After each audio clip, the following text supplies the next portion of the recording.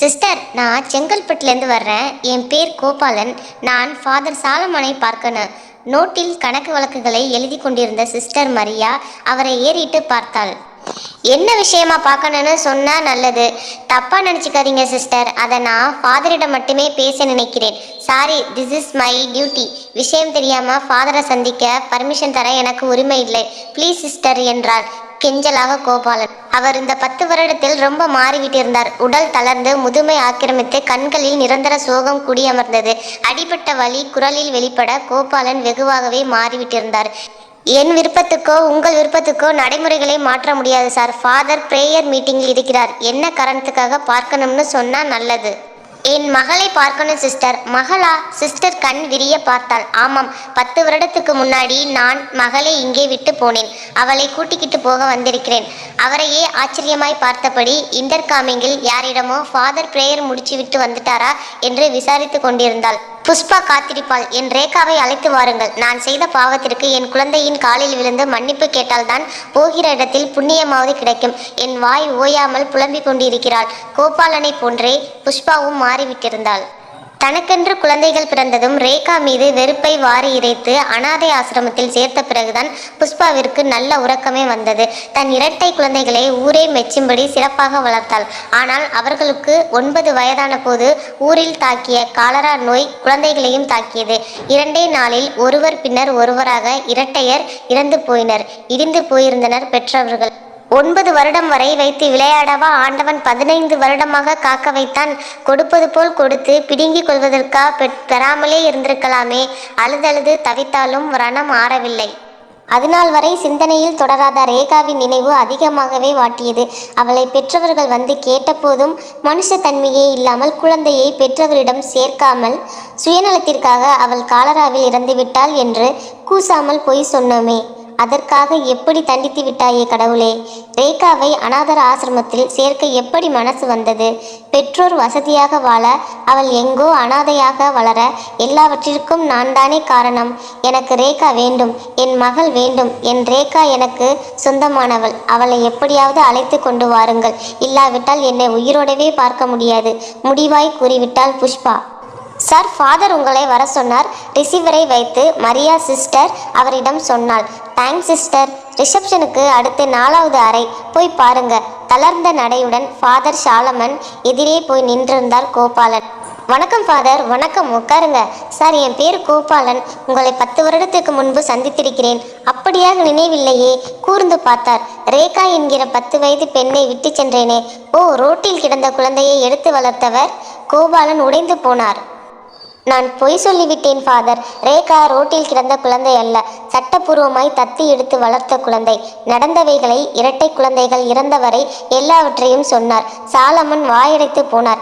எவ்வளவு பெரிய தவறுகளை இழத்துவிட்டீர்கள் கோபாலன்.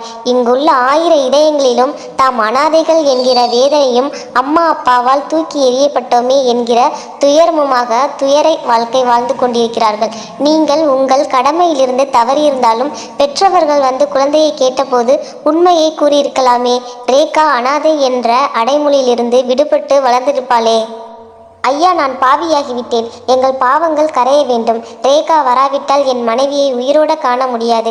என் மகள் வேண்டும். அவளுக்கு செய்ய வேண்டிய கடமைகள் செய்து அவளை சிறப்பாய் வாழ வைக்க வேண்டும் என்று ஆசைப்படுகிறோம்.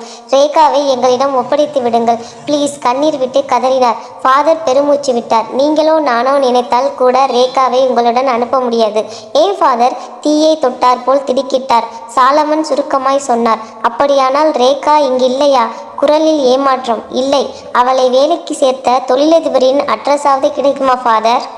நிச்சயமாக என்றபடி ஏகாம்பரத்தின் முகவரியை டைரியிலிருந்து எடுத்து கொடுத்தார். ரொம்ப நன்றி ஃபாதர் என்றார் நிம்மதியுடன் கோபாலன்.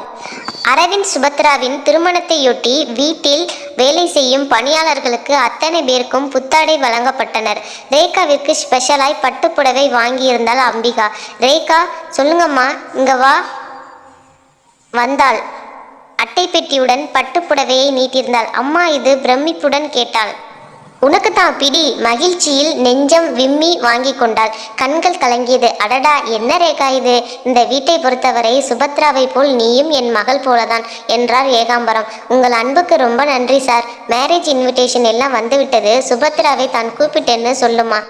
சரி சார் என்று கூறிவிட்டு மாடிப்படியை ஏறினாள் ரேகா. அரவிந்தின் போட்டாவை பார்த்தபடி இதயத்தில் நிரப்பிக் கொண்டிருந்த சுபத்ரா கதவு தட்டும் சத்தம் கேட்டு எரிச்சலுடன் நிமிர்ந்தாள். ரேகா, என்ன? சார் உங்களை கூப்பிடுறார், வர்றேன்னு சொல்லு. என்ன நின்றுக்கிட்டே இருக்க? வர்றேன்னு சொல்லு போ. இல்லை, இப்போ உங்கள் முகத்தில் தனி அழகு தெரியுது. ஏன் இவ்வளோ நாளாக அந்த அழகு தெரியலையா? ஐஸ் வைக்கிறியா? சேச்சா, கல்யாணம்னதும் அதுவும் மனசுக்கு பிடிச்சவரோட கல்யாணம்னவும் தனி கலை வந்துடுச்சு. அதை சொன்னேன். இதுக்கு முன்னாடி எத்தனை கல்யாணம் பண்ணியிருக்க? அனுபவம் பேசுதோ? கிண்டலாய் கேட்டாள் சுபத்ரா. என்றாலும் அவள் மேல் கோபமோ வருத்தமோ ஏற்படவில்லை ரேகாவிற்கு. உங்கள் முகத்தை கண்ணாடியில் பார்த்தா உண்மை உங்களுக்கே புரியும். வருங்கால கணவர் இங்கே பலமுறை வந்து ஒரு முறை கூட நான் பார்த்ததே இல்லை. பார்க்கணுன்னு ஆவலாக இருக்குது. ஃபோட்டோ இருந்தால் காட்டுங்களேன். இதோ இது கூட அவரோட ஃபோட்டோ தான். ஆனால் உனக்கு காட்ட இஷ்டம் இல்லை. கல்யாணத்தன்னைக்கு பார்த்துக்க. இப்படியெல்லாம் பேசி என்னைய மயக்கிடலான்னு பார்க்குறியா? அதெல்லாம் என்கிட்ட நடக்காது. ரேகாவிற்கு அந்த வார்த்தைகள் ஊசியாய் மனதை துளைத்ததாலும் சிரித்தபடி கீழிறங்கி வந்து விட்டாள். சற்று நேரம் கழித்து சுபத்ரா கீழிறங்கி வந்தாள். வாமா கல்யாண பொண்ணு, கிண்டல் செய்தாள். போங்க நீ. ஏமா, என் பொண்ணை எப்போ பார்த்தாலும் கிண்டல் பண்ணிக்கிட்டே இருக்க? செல்லமாய் கோபித்தாள் அம்பிகா. எத்தனை நாளைக்கு பண்ண போகிறேன் அத்தை? இன்னும் 10 நாள் தான். கல்யாணம் பண்ணிக்கிட்டு மாமியார் வீட்டுக்கு போக போகிறா. சுபத்ரா வெக்கத்துடன் தலை கவிழ்த்தாள். என் பொண்ணு வெக்கப்பட்டு இப்போதான் முதல் முறையாக பார்க்குறேன் என்றான் ஏகாம்பரம். ஆளாளுக்கு ஏங்க என் பொண்ணு கிண்டல் பண்ணுறீங்க? இன்விடேஷனை அவகிட்ட காட்டுங்க, பிடிச்சிருக்கான்னு சொல்லட்டும். இந்தாம்மா, இதில் எந்த மாடல் பிடிச்சிருக்குன்னு சொல்லு. நம்ம செலக்ட் பண்ணுற மாடல் சம்மந்தி வீட்லேயும் பிடிச்சிருக்கான்னு தெரிஞ்சுக்கிட்டு இன்றைக்கே ப்ரெஸ்ஸில் தெரியப்படுத்திடலாம்.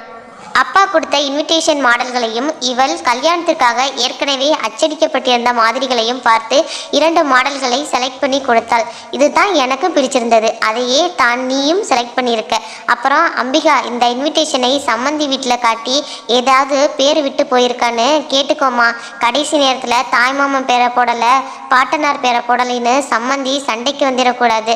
பாரு, இதை நீ சம்மந்தி வீட்டுக்கு எடுத்துக்கிட்டு போய் காட்டிட்டு வந்துடேன்.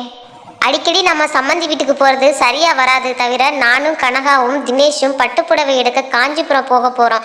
நீங்களும் போக முடியாது. பேசாமல் ரேகா கிட்ட கொடுத்து அனுப்புனா என்ன என்றாள் அம்பிகா. அதுவும் சரிதான். ரேகா கிட்டேயே கொடுத்து அனுப்பு. நம்ம கார்லேயே அனுப்பு. அடுத்த 5வது நிமிடமே ரேகா இன்விடேஷனுடன் புறப்பட்டாள். அப்போதுதான் அந்த மாதிரி இன்விடேஷனை பார்த்தாள். மணமகள் சுபத்ரா, மணமகன் அரவிந்த் என்றிருந்தது. அவன் பெயரும் அரவிந்த் தானே? அரவிந்த். அவள் உதடு முணுமுணுத்தது. எட்டாத நிலவுக்கு கொட்டாய் விடாத ரேகா. உன் நிலைமையை அடிக்கடி மறந்துடுற. உன் வேலை என்னவோ அதை மட்டும் செய். மனசாட்சி இடித்து அரைத்தது. ரேகா மனதிற்குள் பிரேயர் பண்ண ஆரம்பித்தாள். மனம் அமைதியடைந்தது. கார் அரவிந்தன் வீட்டில் வாசலில் முன் நின்றது. சத்தம் கேட்டு வெளியே வந்தால் வடிவுக்கரசி. அம்மா, என் பேர் ரேகா. நான் ஏகாம்பரம் சார் வீட்டில் வேலை செய்கிறேன். சார் இந்த இன்விடேஷன் எல்லாம் கொடுத்து அனுப்பினாங்க. தெரியும் நீங்க வரப்போறத சம்மந்தியம்மா ஃபோன் பண்ணி சொல்லிட்டாங்க.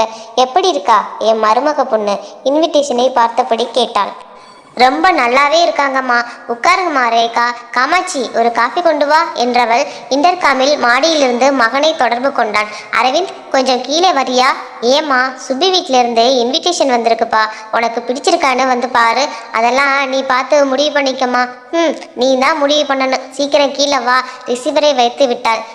காமாட்சி தந்த காஃபியை வாங்கி குடித்து கொண்டிருந்தவள் படியில் இறங்கி கொண்டிருந்த அரவிந்தை பார்த்து அதிர்ச்சியுடன் இருக்கையை விட்டு எழுந்தாள் ரேகா.